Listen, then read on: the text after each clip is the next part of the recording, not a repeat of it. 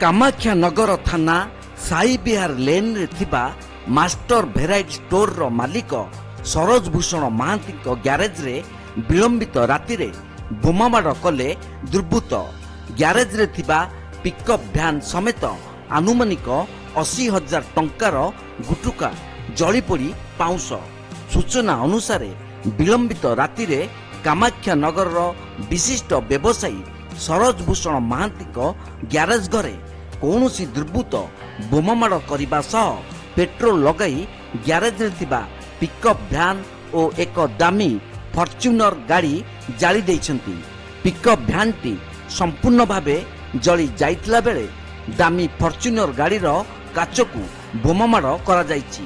ए संपर्क रे खबर पाई सरोज कामाख्यानगर अग्निशम बाहिनी और पुलिस को सूचना देइथिले। अग्निशम बाहिनी पहुंची निया को आयत्त करिथिबा बेले पुलिस घटनार अधिक तदंत जारी रखिछि। तेबे बोमामाड़र प्रकृत कारण जଣା पड़ी नाही।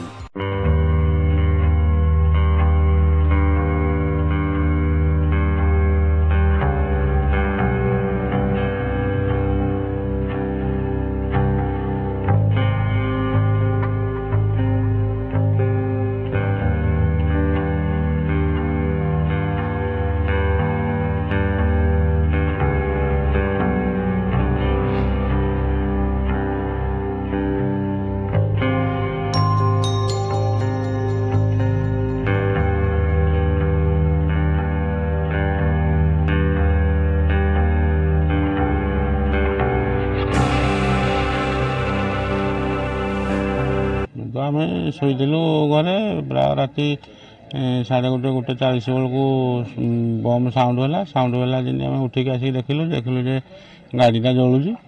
गाड़ीटा जलिया जो फायर ऑफिस की जनइलु आसिक लिभालिभि कर गले।